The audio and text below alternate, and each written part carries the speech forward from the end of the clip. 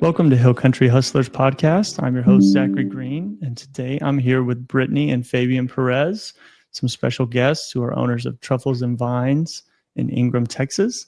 And they're going to be telling us a little bit about their story and what they do and how they make it all work. So if you want to introduce yourself and kind of tell us where you're from, Brittany, you want to start? Actually, I grew up here in Kerrville, and Fabian and I met in high school. So we graduated from Tybee, and we've been together for 17 years. And it's a great town to be in. I always say that. Yeah. Yeah, so like she was saying, we're born and raised here. Actually, my senior year last semester, I set eyes on her, man, and that was that. You know, we've been together, like she said, 17 years, married almost 10. Here this coming October, and opened up Truffles and Vines mid-February on the 15th. Actually, right after Valentine's Day, which is the craziest time of the year for her. So she had just gone down with like 2,500 chocolates, and then we're like, oh great, now we still got to open up. And of course the orders didn't stop there, so I mean, good problem to have. But we have 3 children. Our oldest son Drayson, he's 14, and then our daughter Ariana, she's 12, and our little boss baby Mila, she's 4. So Cool. Nice. Do they all go to Ingram? They all go to Tybee. Oh, okay, and then cool. The youngest one is still in preschool, so she'll be going this coming year. Cool. Well, that's awesome. Congratulations. Thank you. Happy anniversary if I don't see you before then. Yeah. So, Brittany, I wanted to ask you again. You said it before we started, but can you explain exactly what a truffle is? And Yes. So a chocolate truffle is chocolate ganache, and so which is like a combination of heavy cream and chocolate. You can infuse it with different flavors so that it has different profile, and it basically just roll them and coat them in something, could be a nut or cocoa powder or something, and then when you bite into them, they melt in your mouth. So I use the highest quality ingredients so that they're always good. It makes my job easy, and Nice. Awesome. So what all do you do at Truffles and Vines besides truffles? So I had my chocolate business first, and so my baby is the chocolate business. So I make chocolate bar, chocolate bonbons, which is got a crunchy tempered chocolate shell with different fillings inside. I make the truffles and different bars, different chocolate things, anything chocolate related, dessert board for different parties and events. Yeah. And then what else do I not do? I do everything else. We have little bites and live music and different things at the bar, and pretty much have my hands in everything. I saw that y'all have like events listed on the website, so you have live music coming pretty much weekly. Is that right? We have that booked through the year. That's standard set. And then we'll have different events going on. We have Merlot and Monet with Deanna Eichman, and we do different little events and get together pop-ups, things like that to keep the community involved. Cool. Yeah, so that Merlot Monet is basically like a painting with a twist, right? Yeah. So I think it's our 4th time we're going to be having it this month. We're doing it once a month, and that's been a hit, and that's been neat. And the other thing we're kicking off this October, we're going to do like movies on a patio. So we got like the projector and everything going on, or like a dinner and a movie type deal. Yeah. Granted, Halloween is right around the corner. You know, might throw in like a Halloween movie for the kids, that type of stuff. And so everything's seasonal. Obviously, football season just kicked off, so we were doing like the karaoke on Saturdays and Thursdays. We were doing just like different versions of bingo, trivia, things like that. But we transitioned into football season. We're doing that probably till beginning of the year before we do something else, just try to keep things fresh. Her menu does change since it is from a scratch kitchen, and I guess, I don't know, she didn't say that on here, but she did go to culinary school. So, oh, wow. So she did go to San Antonio and graduated from there.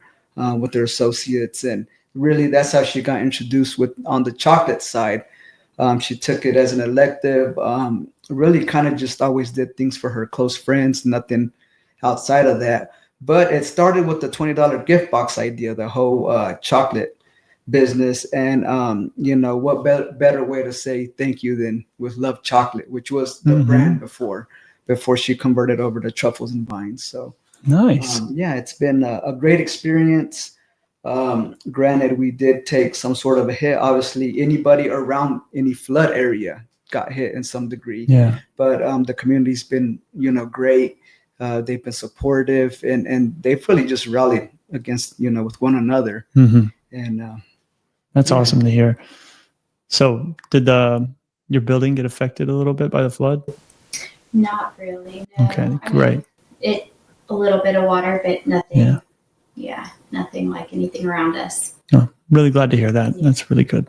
Yeah, and y'all do a lot for the community, so that's really great too. I saw a lot of the events, like I said, and that's good for the people right now. Everybody needs something.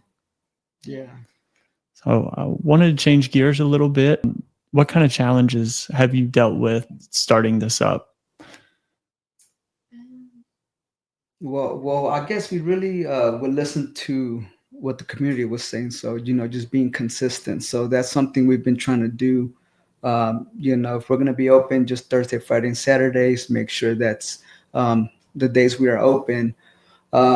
Challenges, well, it's kind of weird because we were getting traction and then the whole flood thing happened, so that's, our karaoke and our bingo nights were picking up.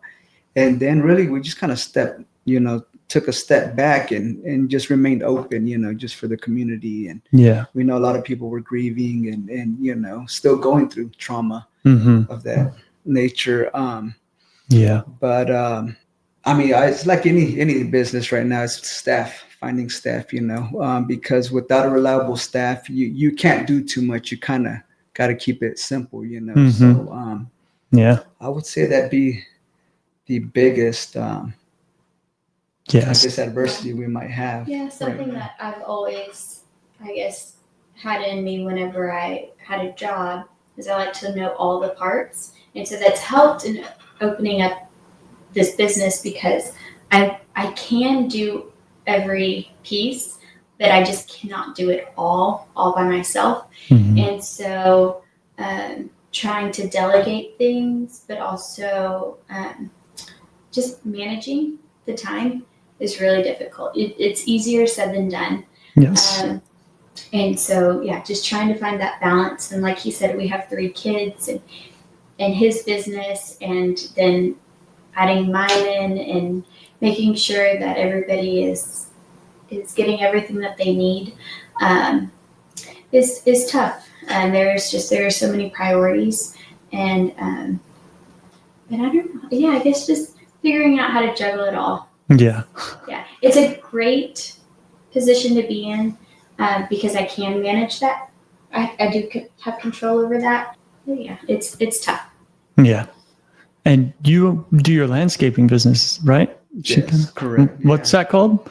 It's Prestige Lawn and Landscapes. Awesome. Yeah. So I'm my 8th year of business. Started back when I was 27, and just really the company I was with for about 4 years. Different management. So when you start seeing some red flags, it's time for you to go. So that's really what I did. I took some time off. Got right with God, and a couple of months later, He put it in my heart. So I actually told myself I wasn't going to go work outdoors again, and then, got slapped around a little bit, and then God's like, nope, that you're right where you supposed to be, and put me outdoors again. But I did start my business, and it's been the most rewarding thing I've ever done. So, I've been around and available to, be around the kids and just be available, which is most important when you have a family, right? So having that liberty and kind of really do anything outdoor wise, either landscape or construction related, and then maintenance. So my maintenance side, I handle completely separate from the landscape construction. Why? Because it's more revolving, right? There's a schedule to maintain. and I do it on Mondays and Tuesdays. That way, any client, commercial or residential, they start the week fresh. Everything looks good throughout the week, and then the rest of the week I'll focus on anything on the landscape or construction. So I mean, we literally do anything from site work. We do retaining walls. I mean, from the ground up. So the way I look at it is I start with your site work, right? You got to do all your site work. If you need to do any underground utilities, irrigation, running electrical, that would be kind of like the next phase. And then anything like rock borders, whatever it is we're doing, whether railroad ties for shooting ranges or we're doing flower beds, or all the hardscape would essentially be next. And then we do all like the gravel design, and then all the mulch and stuff for the plants, and then the actual plant design in itself. And then anything else, like, I mean, I could have some fencing too to put in, artificial grass. I mean, the list goes on, but it's really just tailored to whatever their needs are, right? So yeah, you have a good, like, meticulous, detail-oriented way of looking at it. Have you always had that, or did you kind of build on it? No. So my dad, my dad ran his welding business for about 30 years. Very difficult man, obviously. That's the only thing I don't know how to do is weld, and I guess he just left a bad taste in my mouth. But fast forwarding, running my own business, I really understand and see where he was coming from. And as a teenager, you really don't see the ins and outs, because I was uneducated or didn't fully understand what he was trying to tell me, as a dad. But now as I'm older, that's why I kind of am real. And honestly, that's why I scaled back, and I keep it small. It's probably 6 of us. It's a healthy number, I feel, that's manageable, and it's a good number for me to still be involved and keep all my clientele happy.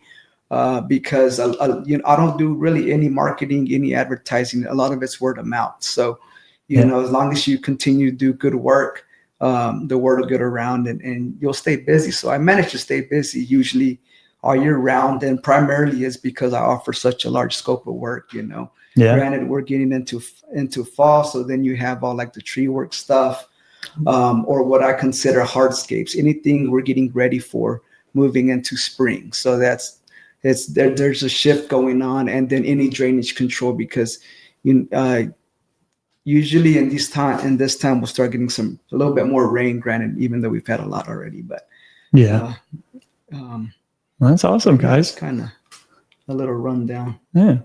Y'all have your hands full. I didn't realize we were dealing with some ultra hill country hustlers here. Yeah, born and raised here. We're native men, and we're go-getters. And now we're very blessed. So, once I started financially doing well, I told Brittany, I'm like, hey, you know what? It's time for you to follow your dream and passion, because she was mom first for so long. And then, the roles have switched. So I've actually stepped back just a little bit, since I have some good hands right now. So I've been able to help dedicate some time to support her and her follow her passion and her dreams. So that's awesome. It's been awesome. Yeah. Cool. Well, do y'all have like one tip you could give for an upcoming entrepreneur in the hill country? Maybe one each out of both of you. Okay. I mean, that's hard, because you can't ever give out enough tips, Yeah, it's true. I guess just be persistent in everything you do. We're so quick to be the judge of ourselves and be hard on ourselves, that, what, you have to leave room for growth. So we want to be where we want to be so fast, but from biblically, we gotta walk it out, right, and take it step by step. And and so I would say just be persistent, stay in your lane, and you'll get to where time is on your side, essentially. I like that. It's good.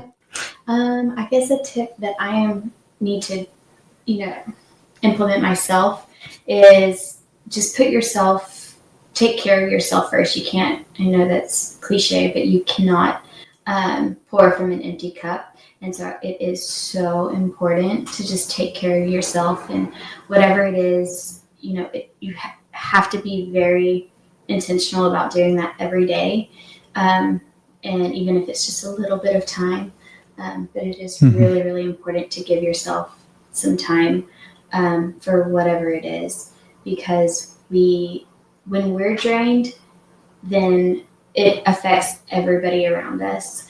And, as mom and as wife and as, the face of my business, when I start running on fumes, it's very clear to me that it's affecting everybody around me. Yeah. And so it's really, really important just to, my business is nothing and my family is not healthy if I'm not healthy. So Yeah. Good point. That's good. Well, awesome. Thank y'all for those. And I just want to give you one more chance to shout out anything you have coming up, special events or things people need to be looking forward to. Yes. So, like I said, every Friday, live music. We have Stars Over the Guadalupe this Saturday, which is going to be a big benefit to help the businesses that were affected on the Ingram Loop in Ingram. So it's a free event, family friendly, free food, free live music, and that's going to be a fun time. So come out and support our businesses. And then we have Merlot and Monet with Deanna again. All of this will be on my website. We have a Halloween party, live music that evening, and then costume contest, fun snacks, fun drinks. Nice. Yeah, so Halloween lands on the 31st. On the Friday. On the Friday. The 31st sweet. Year, so that's perfect. It worked out perfectly. And then again, like Thursdays and Saturdays, we do like college all day Saturday. We do the Thursday night football there. Beer bucket specials. Yeah, $20 beer bucket special. You can mix and match, choose whatever you want. And then, really? Yeah. Oh, nice. So this is awesome. Neat. Yeah. And we have a happy hour every Thursday and Friday from 4 to 6, and you can get $10 off of a bottle of wine. So I always recommend people come get a bottle of wine, hang out with your friends, and stay for the music on Fridays. And then the music's from 6 to 9, so it gives them a time to, get what they want beforehand, and then grab a table and get ready. So yeah. Awesome. Thank y'all, guys. I appreciate y'all coming. Well, I appreciate it. Appreciate you. Yeah, of course.